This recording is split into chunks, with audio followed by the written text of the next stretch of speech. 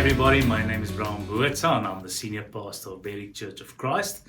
Welcome at our online experience. I would love for you to enjoy this day with us and enjoy everything that you are being taught by Pastor Ken, as he so brilliantly does.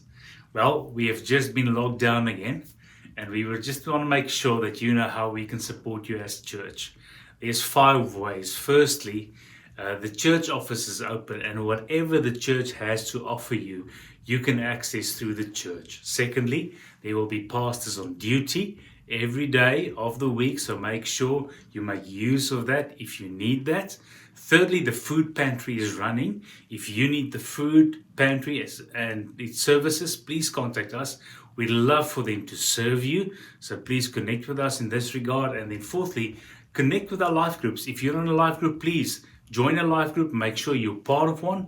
And if you don't know how to get to a life group, we as church would like to support you. So contact the office. We can bring you in contact with a life group leader and make sure that you have a spiritual family around you that will sustain you through this coming season. Fifth thing, we've got a series coming after this series where we address relationships. And this series is focused on your mental health. It's going to be called Be Kind to Your Mind, and we will teach you how to be kind to your mind so that you can make the decision to be His presence in your mental health space. It's going to run for 5 to 6 weeks. We'll see what the Holy Spirit does, but I want you to invite people that are doing it tough to join us on this journey of mental health, and the Living Springs counselors, they will join us in this journey and address certain principles that needs to be addressed as we engage another tough season, and we need to invest in our mental health. So please make sure that you don't miss this opportunity. It is going to be fantastic, and just make sure that your mind comes under the auspices of God's glory and His kingdom, and that you can get through the season with a sound mind. We do this because we absolutely love you. Don't miss out on connecting with us on Church Online every Saturday at 5:30 and Sundays at 10 a.m. God bless you. Here's Pastor Ken for the rest of the service. Welcome to part 2 on this topic, the fight to feel valued. This is such a key element that can creep into any relationships that we are in. Now, last week we were looking at this and we addressed the issue of the filmy mindset and the challenge of emotions, and how both those things can come into our relationships. If you missed last week, I really encourage you to go back and check that out. It's such a significant part of this topic. Today we're going to go further and look at the problem of our past and how we can sometimes be responding in the present based on the things that have shaped us from our past. And then secondly, the danger of abuse. Right now, we're going to watch just a short segment from one of our dramatized videos from last week. When I got married, I thought my wife would give me what no one else could. Thought I'd feel safe.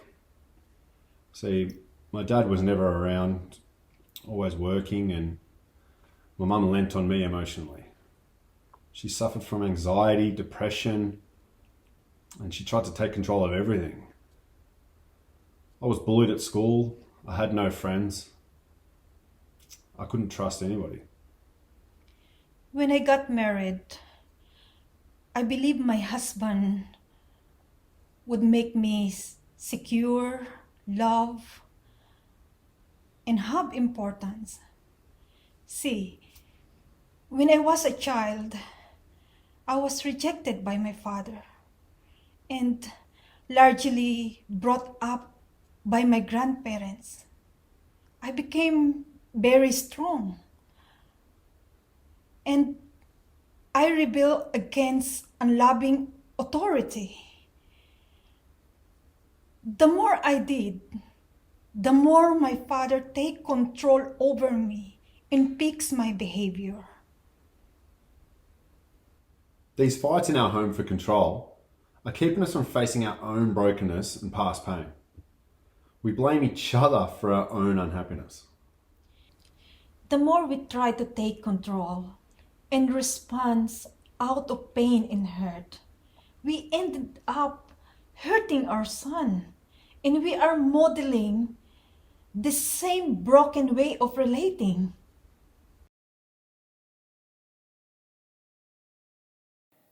In the fight to feel valued in relationships, it's so easy for us to focus on what the other person is doing or is not doing.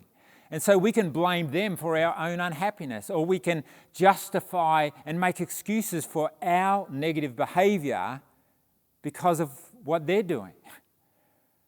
And this can set up a broken cycle of relationships that can go on for generations.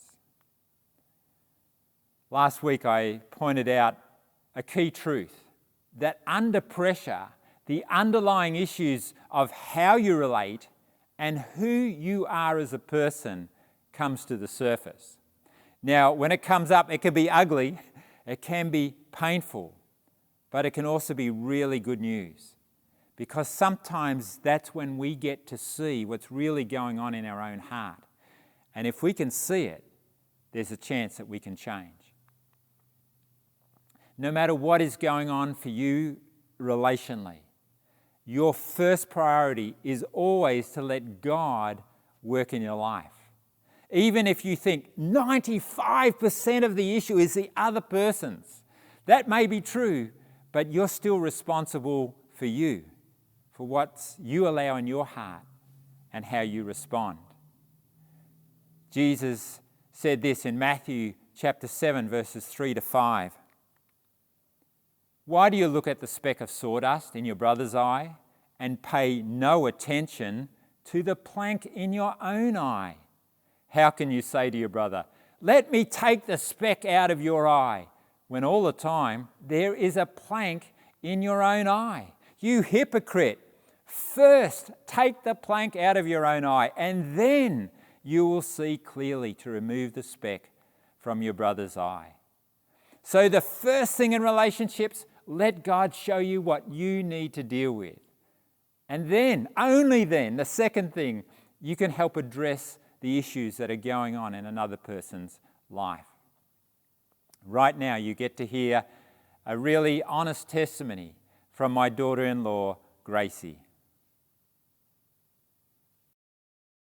Hi, I'm Graciela. I was born in Costa Rica and I grew up in a very Latino family. If you don't know how that looks like, I'll give you some insight. It's a lot of explosive emotions, manipulation, criticism, attacks, yelling all the time. And I remember there was one time we had a family reunion at our place and my dad was supposed to help my mom clean the car. When we have parties, we clean everything, including the car. Why? Don't know. So my dad was supposed to clean the car with my mom, but he didn't. So when we had our family over, one of my uncles said, oh, Hugo, you did such a good job cleaning the car. Hugo is my dad. And then my mom, when she heard that, she said, ¿Qué? He didn't clean the car. He doesn't even know how to clean his own butt. I clean the car because I clean everything in this house.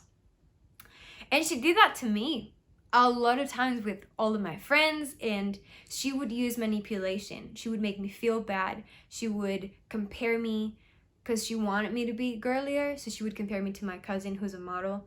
So if I feel bad, I would learn my lesson and I would do what she wanted me to do.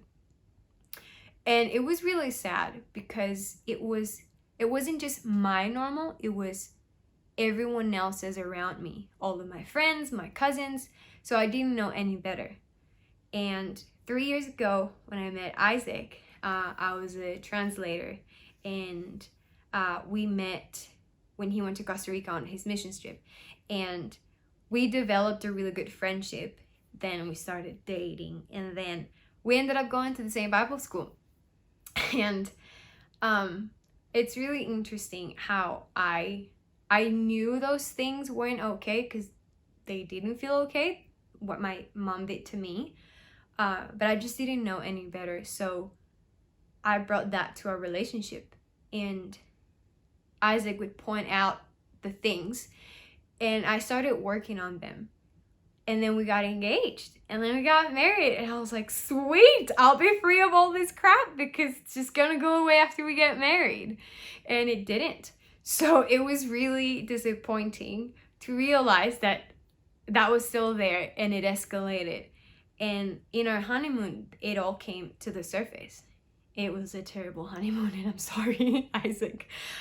It was really painful. I would explode all the time. We were living in Costa Rica for a few months before moving here, and I was really mean to him. I would say, we'll just get divorced then. And I would say hurtful, very hurtful things to him. Then eventually we got my visa, we moved here, and I think moving here created an environment for the revelation that God was about to show me.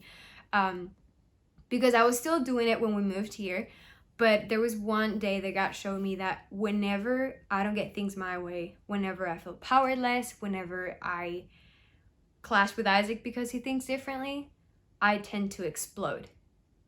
And I don't think of what I say. I just say it. And then I think. And then I regret it. And I take all of those words back because I don't mean any word. And I had to get healing. And God showed me that the only way to change that was to address them with someone else that wasn't Isaac. I had to ask for help. And you seriously can't do it on your own. You can't do it alone. You need someone else to help you see it and to also carry you through it, because sometimes you can't do it yourself. And God has been teaching me how to journal so I don't explode to Isaac. So I can write down everything I'm feeling, and then I can go talk to him. So then no one gets hurt. And I process it and I feel free, and it's way better that way. And I remember one of the times that I was journaling, it was because I was complimenting Isaac. Okay, honestly, I was just fishing for compliments and getting some words from Isaac. And he didn't get it. So I remember the last time I did it, I said, Isaac, wow, you are the hottest, most handsome man around. Like, seriously, wow. My best line, he said, thank you. It was so, like, the driest thank you. I was so offended because he was supposed to say it back. And so I was like, where's my journal? And I started journaling with God. And I wrote everything. And I finished by saying, he was to say it back. He was supposed to say it back. I was so frustrated. And I started praying. And then God said, he was so, so kind. God said, Gracie, you're not loving on Isaac. You're manipulating him. You're meant to love him the way you love me. And you don't worship me to get something from me. You don't love me so I can love you back. So why do you do that to him? He doesn't deserve to be manipulated. I had no idea I was trying to manipulate him. And it was really life-changing because I am more aware of those things now. So when I need or want something from him, I actually say, I really need you to call me beautiful. Don't ask questions, just please call me beautiful. And I'm more direct. And I think one of my old patterns that was really, really strong in my heart and the way I relate to people is that if I'm hurting or if you hurt me, I'll make sure you're hurt again. I'll hurt you back. So you don't want to hurt me because I'll find a way to hurt you back. And one of the times that Isaac doesn't hurt me on purpose. I know that. But it hurt. And that's all I knew. So I wanted to hurt him back. It felt like justice. It's revenge. But it felt fair. So I remember I went to God and I was like, I swear, I'm just gonna lose it. And I was processing with God, and he said, Gracie, if you hurt Isaac, you hurt yourself because you're one. You can't separate yourself from him.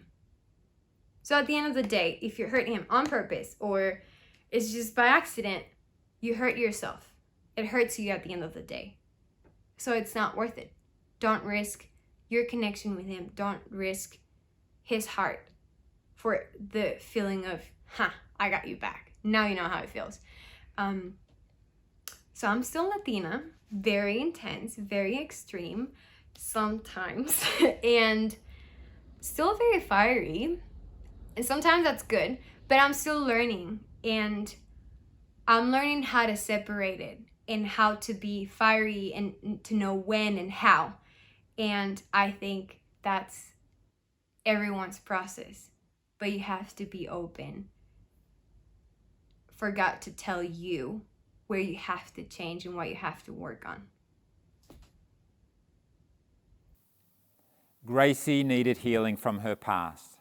And maybe there's areas of your life that you likewise need a degree of healing and freedom. It's so important to be able to humble ourselves and ask for help. Now, in a moment, I'll talk about some practical ways that we can come alongside you on this journey to healing and freedom.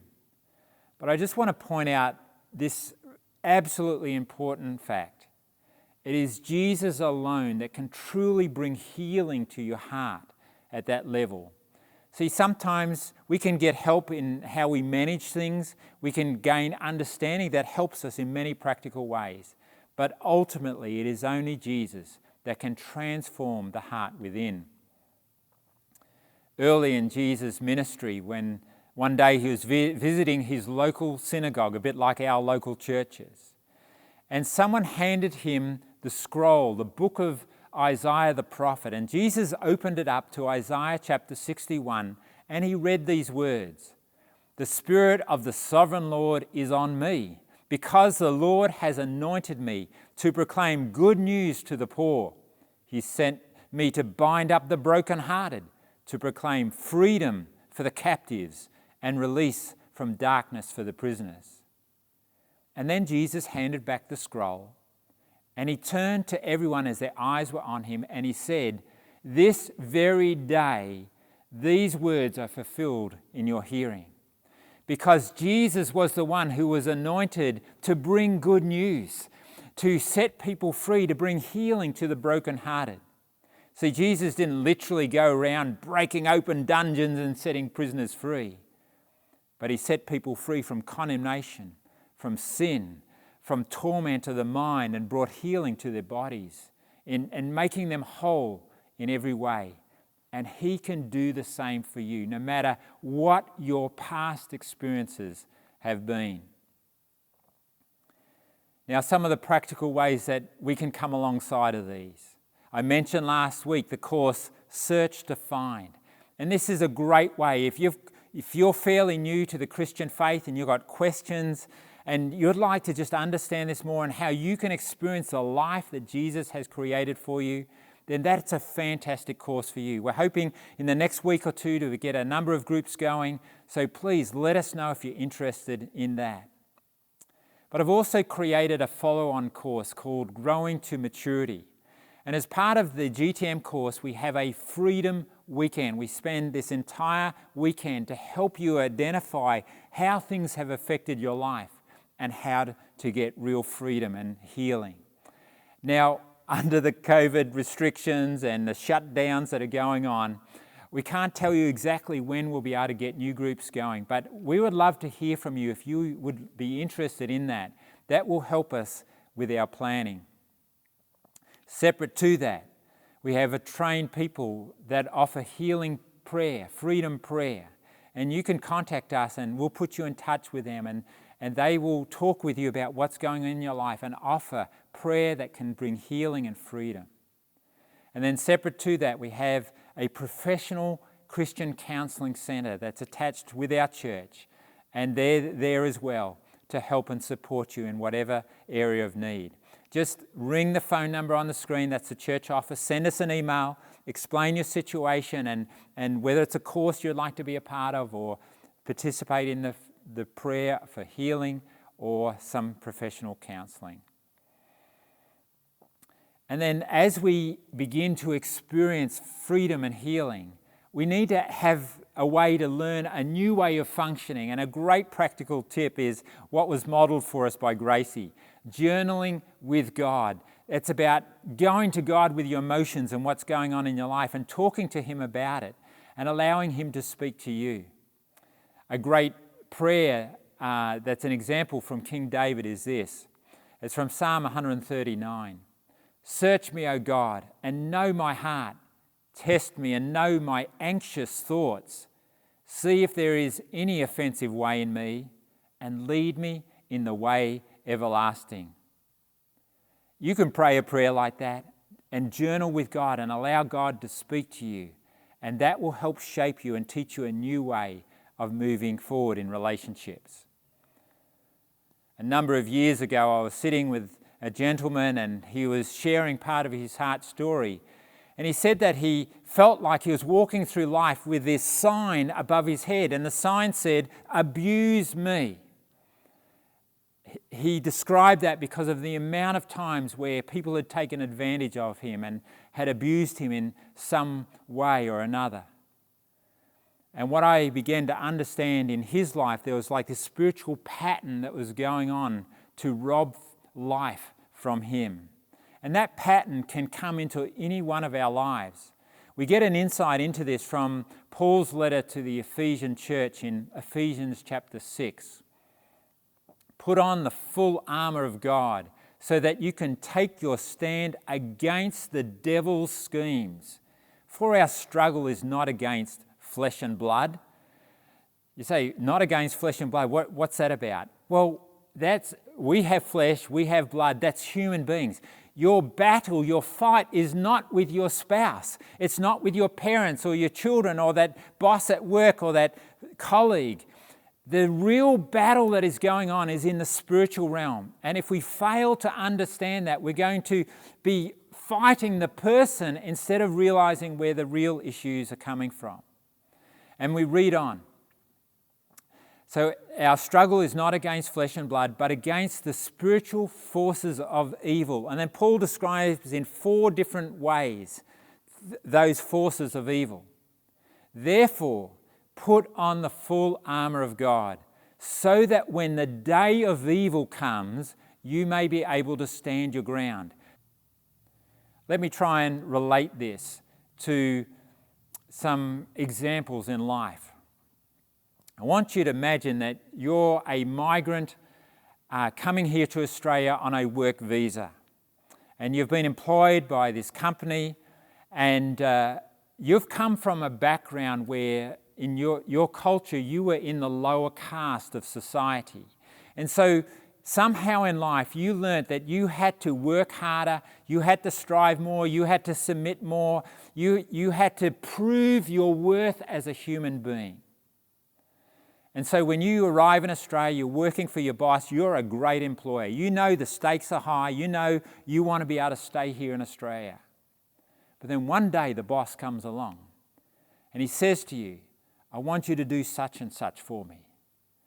But it goes against your own morals, your own integrity.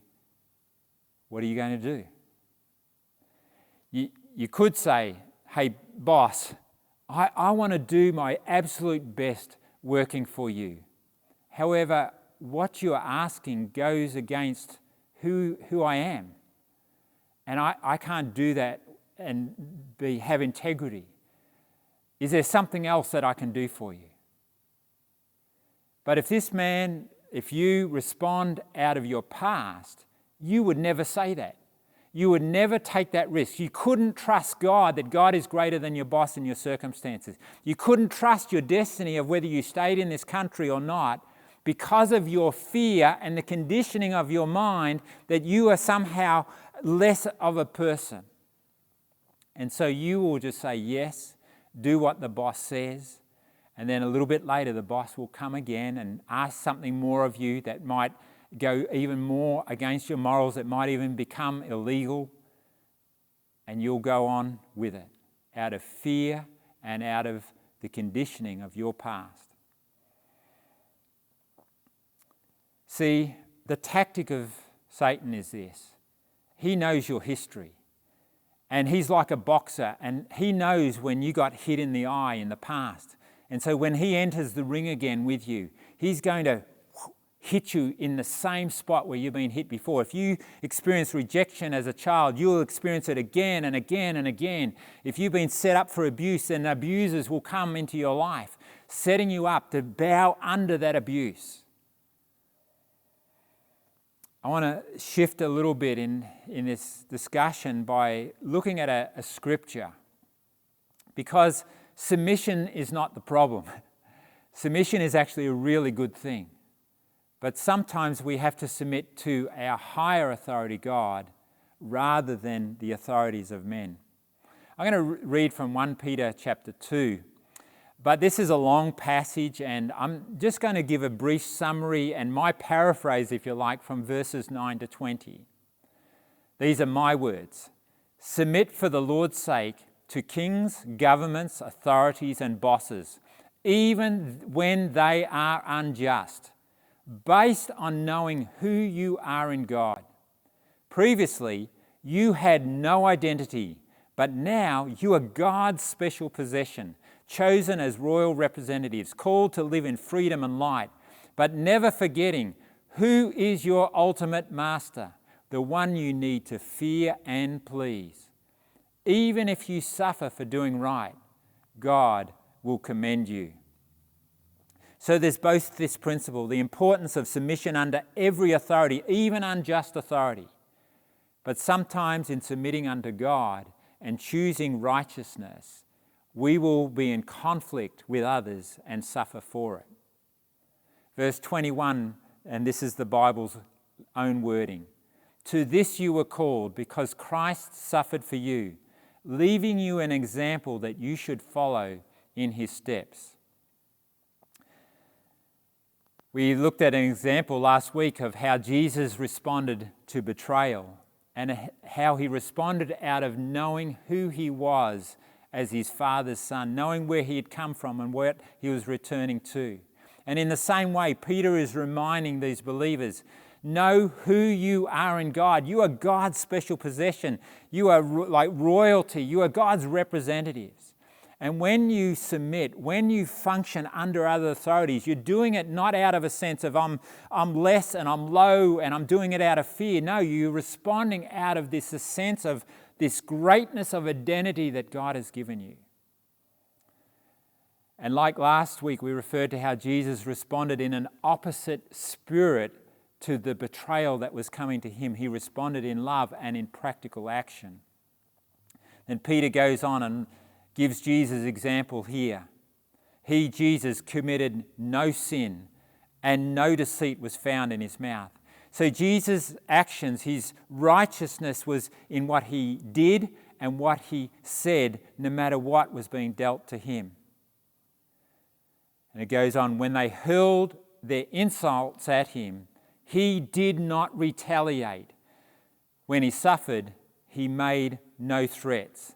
Instead, he entrusted himself to him who justifies justly. Now, the question I know some of you will be asking, does this mean you should never try to get away from abuse, from threats, or from persecution?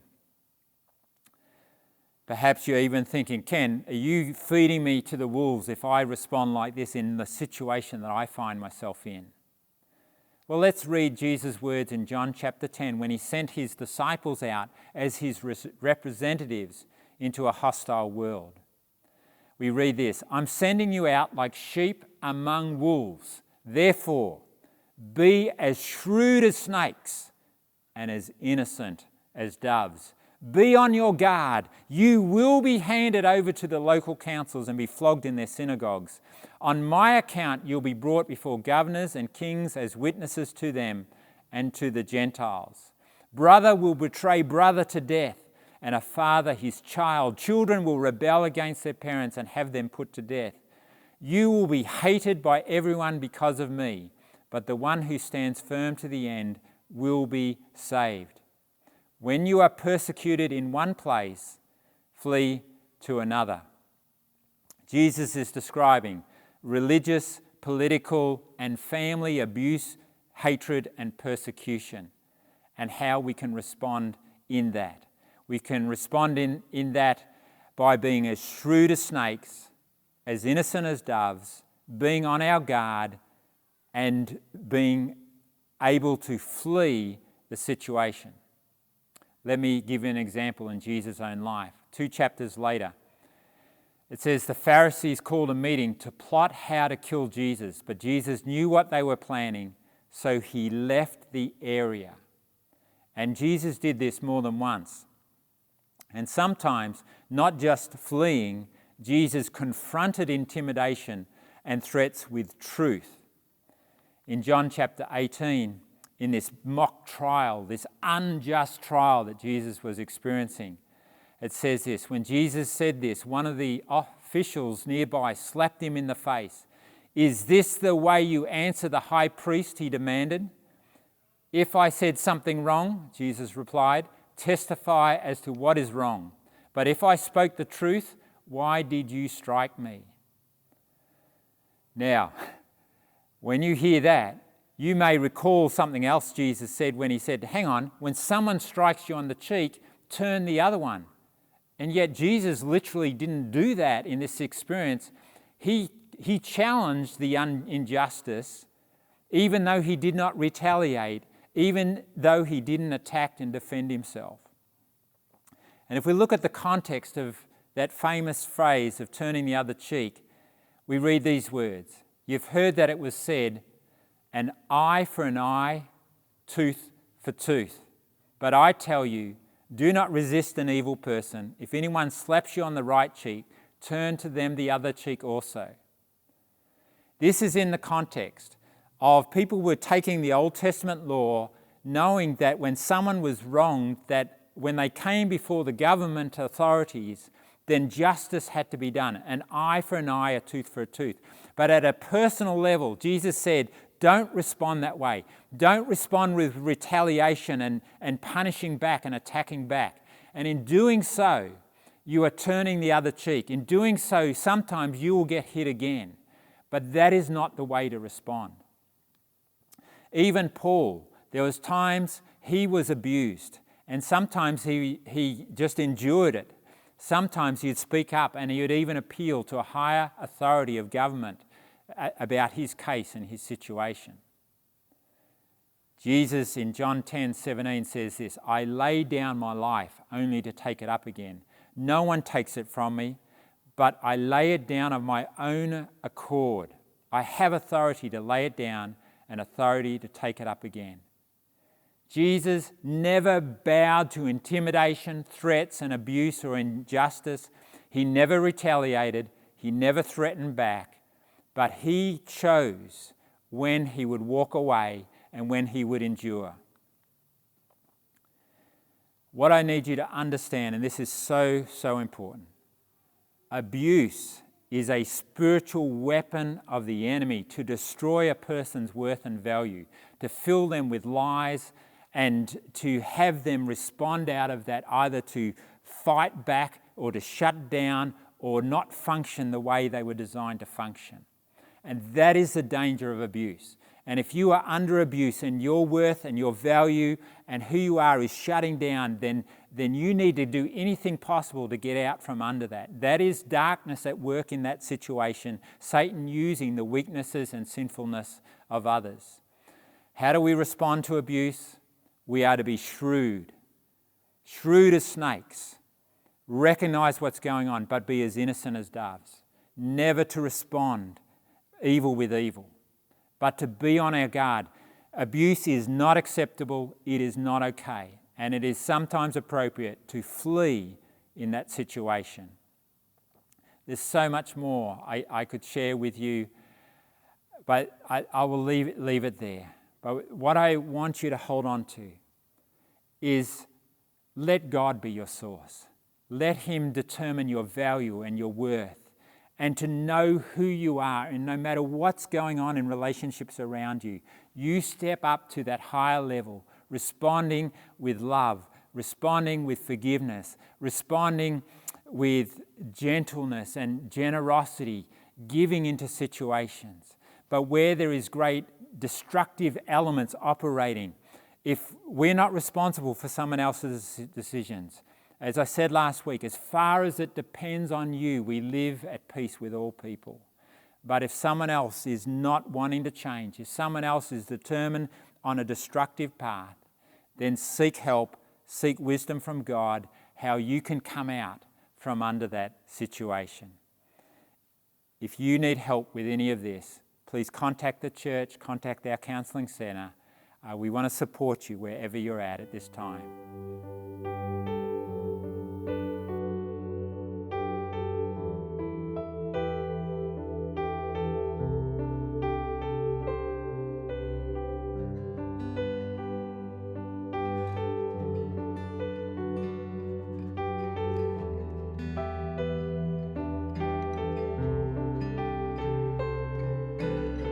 Slow down, take time, breathe in, he said.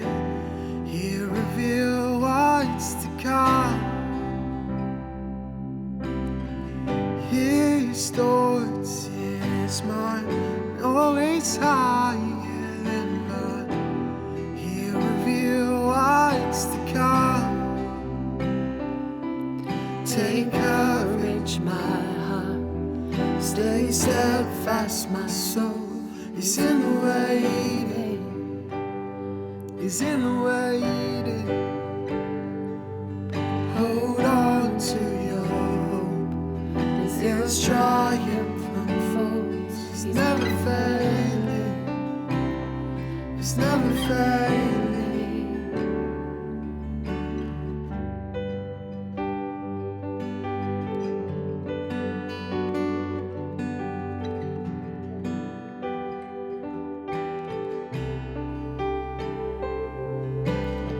Sing praise, my soul, find strength in joy. Let his words lead you on. Do not forget his great faithfulness. He'll finish all he's begun. So take courage, my heart. Stay steadfast, my soul. He's in the waiting. He's in the waiting. And hold on to your hope. As his triumph unfolds. He's never failing. He's never failing.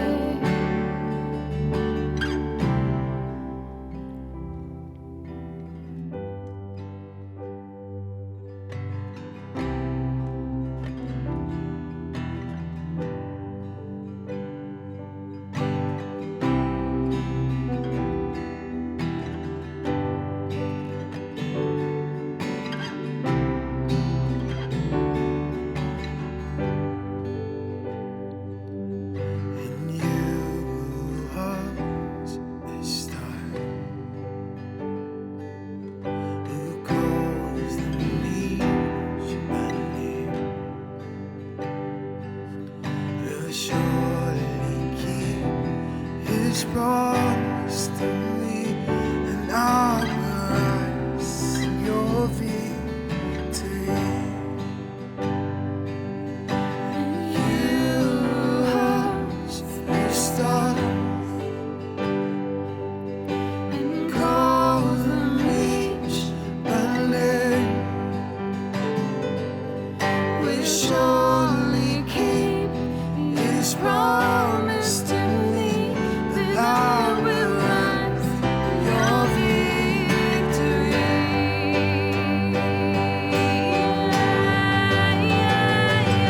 Take courage, my heart. Stay steadfast, my soul. He's in the waiting. He's in the waiting. Hold on to your hope. There's triumph unfolds. He's never failing. He's never failing. Take courage, my heart.